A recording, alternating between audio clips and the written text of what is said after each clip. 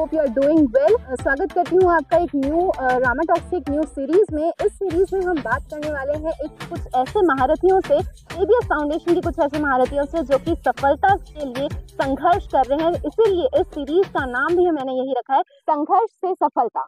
तो आइए दोस्तों चलते हैं अंदर। एबीएस फाउंडेशन की कुछ ऐसे स्टूडेंट से मिलते हैं जो कि सफलता के लिए बहुत संघर्ष कर रहे हैं और सीएमए फाउंडेशन के आज स्टूडेंट से हम मिलने वाले हैं। तो लेट्स कम।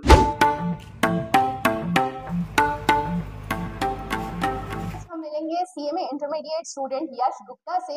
यश गुप्ता के फाउंडेशन में 346 मार्क्स आए थे। तो आइए यश जानते हैं सीएमए कोर्स परस्यू करने के लिए क्या एलिजिबिलिटी होनी चाहिए। मैम, सीएमए कोर्स परस्यू करने के लिए पहले हमें फाउंडेशन कोर्स क्लियर करना पड़ता है और फाउंडेशन कोर्स कोई भी एक 12th पास स्टूडेंट कर सकता है, चाहे वो कोई भी स्ट्रीम का क्यों ना हो। और कोई अगर बीकॉम ग्रेजुएट स्टूडेंट है या फिर जिसने ग्रेजुएशन अपनी कंप्लीट कर ली है तो डायरेक्ट इंटरमीडिएट कोर्स से अपीयर कर सकते हैं, उसे फाउंडेशन कोर्स दिलाने की जरूरत नहीं है। ये जो सीएमए का कोर्स है, जैसे कोई भी हिंदी मीडियम स्टूडेंट या इंग्लिश मीडियम स्टूडेंट दोनों तरह के लोग कर सकते हैं। मतलब इंग्लिश मीडियम के स्टूडेंट हो चाहे हिंदी मीडियम के स्टूडेंट हो, कोई भी कर सकता है। प्लस अगर आप ग्रेजुएट हैं तो ये एक बेनिफिट मिलेगा कि आप डायरेक्ट इंटरमीडिएट ज्वाइन कर सकते हैं with 10 months of training. That's good to hear. CMA में कितने अटेम्प्ट्स दे सकते हैं, कौन से मंथ्स में इसके एग्जाम्स होते हैं? मैम, बात रहे सीएमए में नंबर ऑफ अटेम्प्ट देने की, तो हम अनलिमिटेड अटेम्प्ट दे सकते हैं। और ये जो सीएमए फाउंडेशन या सीएमए इंटर जिसका भी एग्जाम होता है वो एक साल में 2 बार होता है। पहला टाइम जून में होता है और दूसरा टाइम दिसंबर में होता है। अच्छा फ्रेंड्स, मैं आपको बताना चाहूंगी कि अगर आप जून अटेम्प्ट देना चाहते हैं तो जनवरी 31 को लास्ट डेट होती है रजिस्ट्रेशन की, और अगर आप दिसंबर अटेम्प्ट देना चाहते हैं तो जुलाई 31 लास्ट डेट होती है रजिस्ट्रेशन की। तो अगर आप भी सीएमए परस्यू करना चाह रहे हैं तो इन डेट का ध्यान रखिएगा और इन रजिस्ट्रेशन डेट का खासकर ध्यान रखिएगा। अब नेक्स्ट हमारे साथ है शिखा अग्रवाल। शिखा के फाउंडेशन में, सीएमए फाउंडेशन में 356 मार्क्स आए थे। अभी सीएमए इंटरमीडिएट परस्यू कर रही हैं। तो आइए जानते हैं शिखा से कि शिखा आपने 12th के बाद क्यों ऑप्ट किया, सीएमए ऑप्ट करने का आपका क्या रीजन था? मैम, मैंने सीएमए इसलिए ऑप्ट किया क्योंकि मैं पहले बीकॉम कर रही थी, फिर सोचा कि बीकॉम के साथ साथ मैं सीएमए कर देती हूँ क्योंकि सीएमए प्रोफेशनल कोर्स है। सीएमए करने के बाद मेरे नाम के सामने सीएमए आ जाएगा और मेरी उससे इनकम भी बहुत बढ़ जाएगी, 6 to 7 डिजिट्स हो जाएगी इनकम, और बड़ी बड़ी कंपनी से हायर करेगी, इसलिए मैंने सीएमए भी ऑप्ट कर लिया। तो मेनली आपको इनकम और जो सब्जेक्ट सीएमए है उसने अट्रैक्ट किया। That's good to know. Subjects क्या क्या थे सीएमए फाउंडेशन में? Business communication and law, accounts and cost, economics and mathematics. ये सारे प्रैक्टिकल थे या थ्योरी थे? No ma'am, mathematics and accounts जो थे वो प्रैक्टिकल थे, बाकी सब थ्योरी। तो हमारे साथ है यश सुराना जिनका फाउंडेशन में 380 मार्क्स आया था। तो आइए फ्रेंड्स इनसे जानते हैं कि इन्होंने प्रिपरेशन कैसे करी और कैसे इनकी तैयारी रही। हेलो यश। Hello ma'am. हाँ, आप कैसी आपकी तैयारी रही और आपने कैसे प्रिपरेशन करी? मैम, मैंने प्रिपरेशन तो पेपर के 3-4 महीने से पहले शुरू कर दी थी, लेकिन ये गोल सेट करके रखा था कि हाँ मेरे को आज ये टॉपिक कंप्लीट करना है। जैसे मान लो मैंने आज कोचिंग गया, वहाँ पे सब जो भी टीचर ने जो पढ़ाया उसको अच्छे से समझा पहले, फिर घर जाके एक बार रिवाइज कर लेता था। मालूम है कि एक बार दिमाग में आ गया ना तो मैं बना लूंगा पेपर। और बस इतना ही करके, और टाइम मैनेजमेंट रहा मेरा, मैं डिसाइडेड कर लेता था कि किस टाइम मेरे को पढ़ना है। और मान लो मेरे को कभी टाइम नहीं मिला तो मैं उसके हिसाब से अगले दिन का शेड्यूल कर लेता था।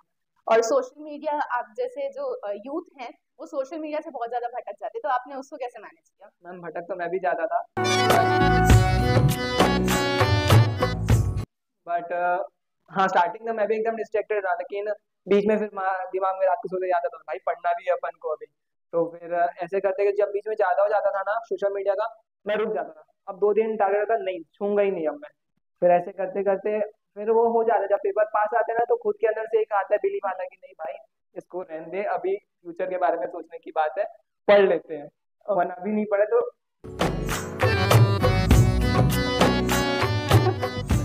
सही है। सो फ्रेंड्स, अब हमारे साथ है तुषा।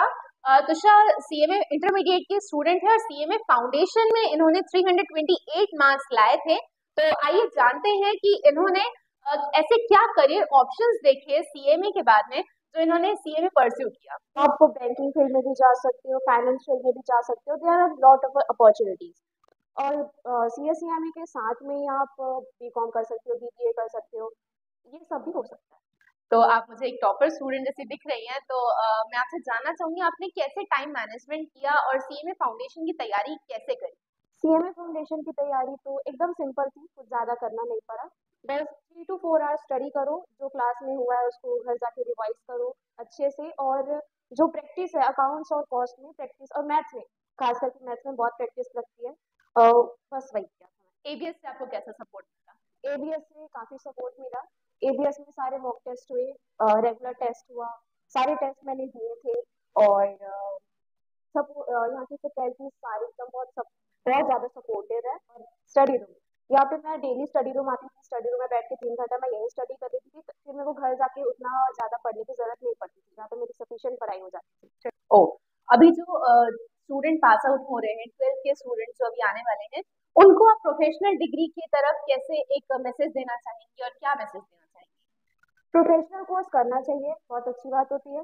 तो अगर आप जैसे कि बीकॉम या बीबीए कर रहे हैं, ठीक है, अच्छा कोर्स है, बट साथ में अगर आप सीए सीएमए कर रहे हैं तो आपके नाम के आगे एक सफिक्स ऐड हो जाता है, जो आपकी क्वालिटी को दर्शाता है, आपके पैकेज को भी दर्शाएगा। और आप जो काम कर रहे हैं आपको वो एक क्वालिटी देता है कि आप एक प्रोफेशनल ये।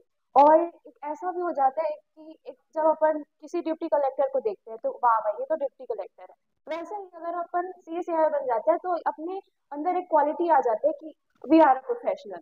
Good, that's good to know. Thank you Tusha, आपसे जानकारी लेके बहुत अच्छा लगा। आई होप मेरे व्यूअर्स को भी बहुत सारी जानकारी मिली होगी और बहुत अच्छा लगा होगा। दोस्तों, इस सीरीज में हमने बात करी सीएमए फाउंडेशन से। अब नेक्स्ट इस सीरीज के नेक्स्ट वीडियो में हम मिलेंगे सीए फाउंडेशन के कुछ स्टूडेंट से। तब तक के लिए stay healthy, stay happy, bye bye. For any professional course, join KCS.